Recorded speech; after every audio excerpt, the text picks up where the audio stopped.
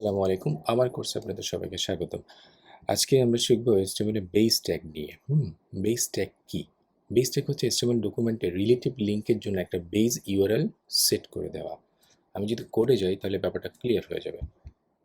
Class 24.html নামে একটা file তৈরি করেছি এবং এখানে বেসিক লেআউটটা নিয়েছি আমরা।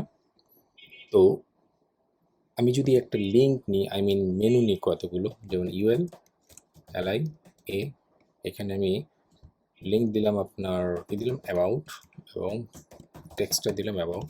কপি করি, লাইনটাকে পেস্ট করি, অ্যাবাউট, তারপরে কি দিব, ব্লগ দিলাম, কন্ট্যাক্ট দিলাম, কন্ট্যাক্ট।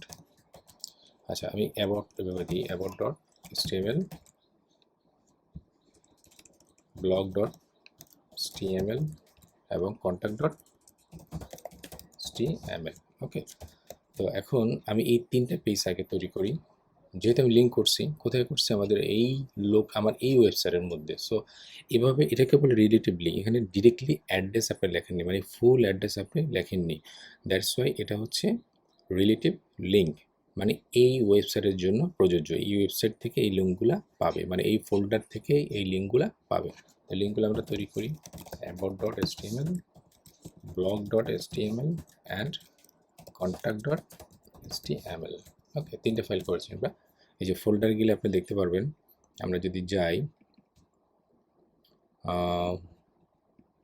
ক্লাস 24, এই যে এখানে অ্যাবাউট, ব্লগ, কন্ট্যাক্ট, ঠিক আছে। আমরা যদি বেসিক লেআউটটা নিয়ে নিই, HTML। আচ্ছা, এই পেজটাকে কপি করি, copy paste, copy paste, copy paste. HTML base tag তো ঠিক আছে, আমরা জাস্ট একটা টাইটেল দিয়ে আসি। এটা হচ্ছে কন্ট্যাক্ট পেজ, তারপরে ব্লগ পেজে গিয়ে এখানে টাইটেল দিব ব্লগ টাইটেল অথবা ব্লগ পেজ, ব্লগ পেজ, এবং সবশেষ অ্যাবাউট পেজে গিয়ে আমরা একটা টাইটেল দিয়ে দেবো কি, অ্যাবাউট পেজ।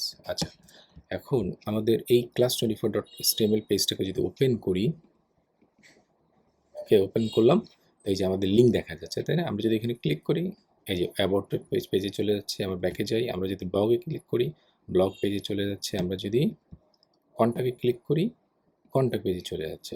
কিন্তু আমাদের বেস ট্যাগের কাজ কি, আমরা বলছিলাম আমাদের বেস ট্যাগের কাজ হচ্ছে রিলেটিভ লিঙ্কগুলোর জন্য একটা বেস ইউআরএল সেট করে দেওয়া। যেমন এটাকে, এই সবগুলো আমাদের এই ডকুমেন্টে যতগুলা রিলেটিভ লিঙ্ক থাকবে, এটা হইতে পারে আপনার ইমেজের জন্য।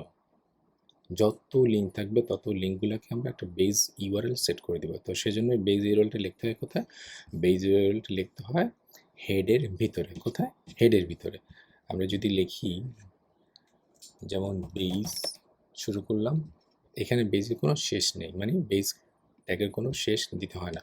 এরপরে দিতে হবে HREF অ্যাট্রিবিউট, যে আপনার বেস ইউআরএলটা কী হবে। আমি যদি বলি https www.amar www.google.com, google.com slash. কেন স্ল্যাশ? কারণ এটা হচ্ছে বেস ইউআরএল।